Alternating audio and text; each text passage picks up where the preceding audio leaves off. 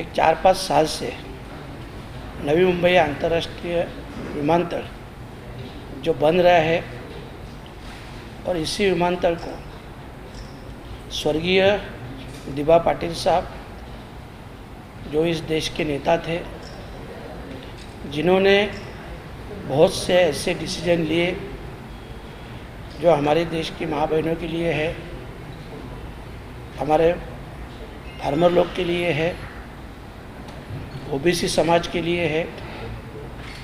तो ऐसे जो हमारे देश के नेता थे स्वर्गीय दिबा पाटिल साहब, जो 5 बार एमएलए थे, विरोधी पक्ष नेता थे, 2 बार सांसद थे, इतना सब होने के बावजूद भी आखिरी समय वो जिस घर में रहते थे वो घर लोगों ने श्रमदान से बना के दिया था, उसी घर में रहते थे। ऐसे प्रामाणिक नेता जिनका नाम नवी मुंबई अंतर्राष्ट्रीय विमानतल को लगना चाहिए, ये सभी पार्टियों की तरफ से सभी पार्टी के नेता, सभी स्थानिक भूमिपुत्र और खास करके महाराष्ट्र गवर्नमेंट ने भी, आपकी जानकारी के लिए बताता हूँ, 2022 में खुद तत्कालीन मुख्यमंत्री उद्धव जी ठाकरे साहब ने भी इस विमानतल को स्वर्गीय दिबा पाटिल साहब का नाम देना चाहिए ऐसा ठराव सेंट्रल गवर्नमेंट को भेजा था। उसके बाद यूपी के सरकार ने भी यही सेम ठराव, जो कि एक ही नाम से स्वर्गीय दिबा पाटिल साहब के नाम से केंद्र सरकार को भेजा, पर अभी तक उसके बारे में कुछ भी डिसीजन नहीं हो रहा है। आपको मालूम है, ऐसा समझ रहा है कि आने वाली 30 तारीख को, मतलब बराबर आज से 18 दिन के बाद उस एयरपोर्ट का उद्घाटन होने जा रहा है, जबकि हमारी सबकी मांग है कि उद्घाटन से पहले स्वर्गीय दिबा पाटिल साहब का नाम देना चाहिए।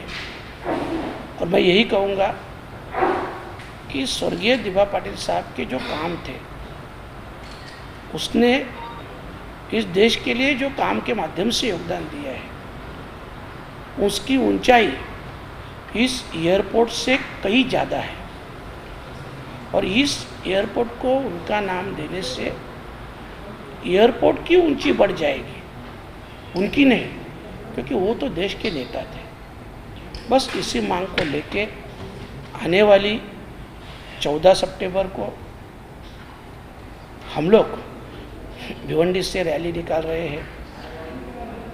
शुरू में आपकी जानकारी के लिए बताता हूँ, जब इस रैली का नियोजन की बात हुई, सिर्फ 4 व्हीलर गाड़ी है और समाज के सिर्फ आगरी कोली स्थानीय भूमिपुत्र समाज के सिर्फ युवा लोगों को मैंने आह्वान किया था।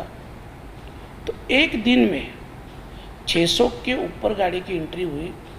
आज तक 5 दिन में, कल तक 2000 के ऊपर गाड़ी की एंट्री हुई। अभी हम लोग ने एंट्री भी बंद कर दिया है, जिसको आना है डायरेक्ट आ सकते हैं। तो एक हज़ारों की तादाद से हम लोग जा रहे हैं, हज़ारों गाड़ी रहेगी। मुझे मालूम है ये जो सभी लोग आ रहे हैं, ये सिर्फ और सिर्फ दिबा पाटिल साहब के सम्मान के लिए आ रहे हैं। उनके प्रति जो समाज का प्यार है, समाज की जो श्रद्धा है, उसके कारण इतनी बड़ी संख्या से 4 व्हीलर लेके सभी युवा आ रहे हैं। हम लोग इस माध्यम से राज्य सरकार और केंद्र सरकार का ध्यान इस मुद्दे पे आकर्षित करना चाहते हैं, ताकि ये अभी उद्घाटन की घड़ी नज़दीक आई है, तो उसके पहले ये नामकरण होना चाहिए। ये हमारी स्पष्ट भूमिका है। और अगर उसके पहले ये नामकरण नहीं होगा तो इससे भी बड़ा आंदोलन, क्योंकि ये तो एक ट्रेलर है, कुछ ही दिनों में आह्वान करने के बाद हजारों गाड़ी अगर समर्थन में आ रही है, तो इसका मतलब लोगों में जागृति हुई है। और अगर उद्घाटन से पहले नाम नहीं दिया तो लाखों लोग इस मोर्चा में शामिल होने वाले हैं।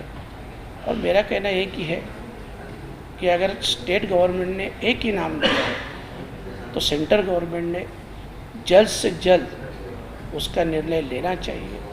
बस हम लोग यही चाहते हैं।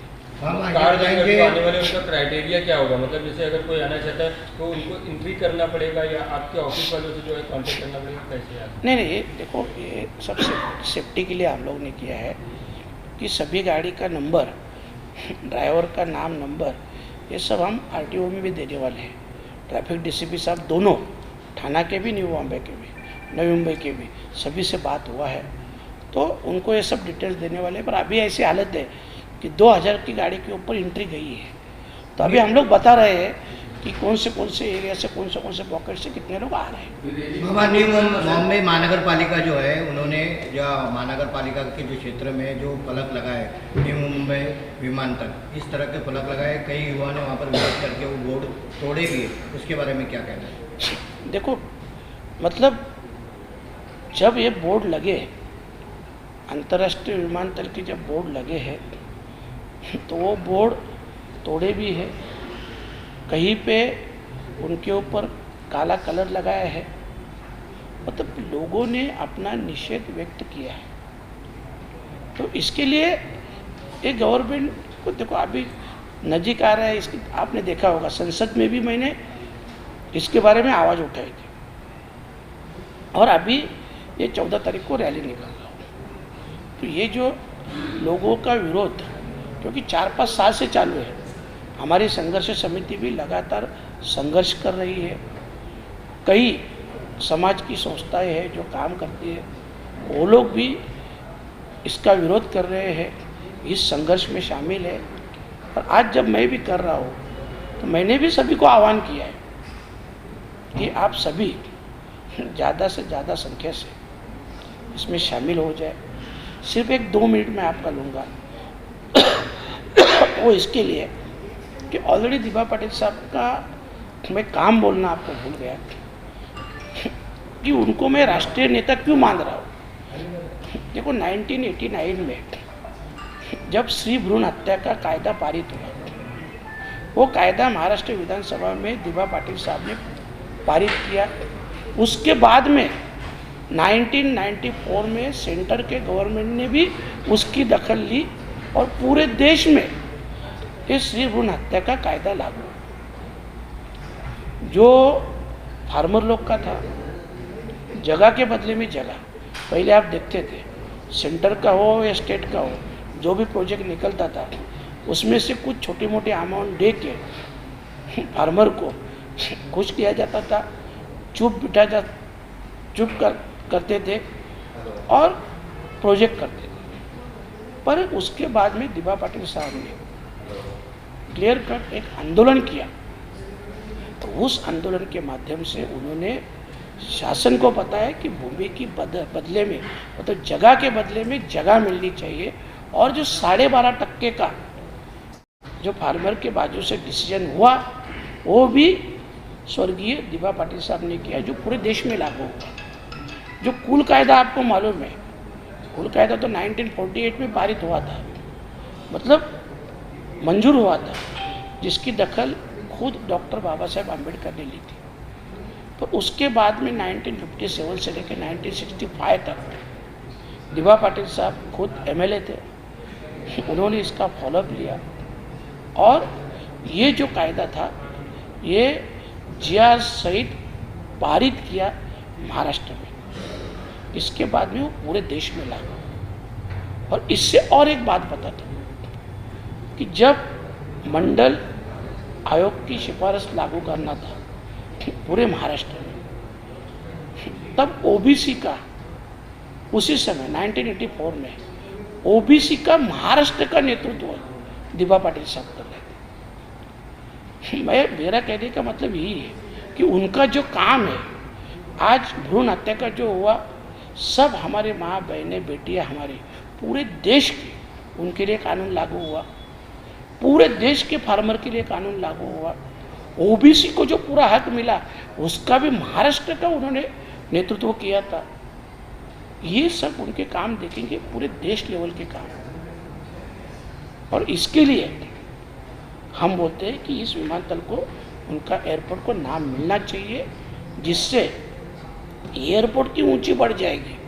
दिबा पाटिल साहब की नहीं, दिबा पाटिल साहब की ऊंची तो बहुत ज़्यादा है, क्योंकि वो देश के नेता थे।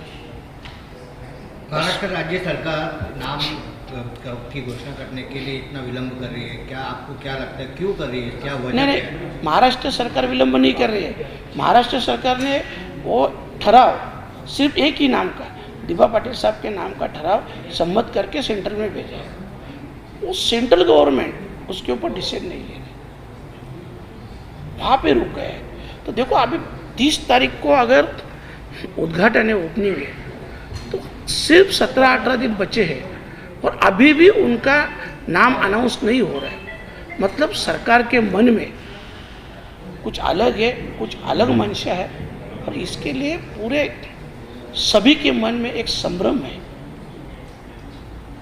और इसके लिए हम लोग ये आंदोलन कर रहे हैं।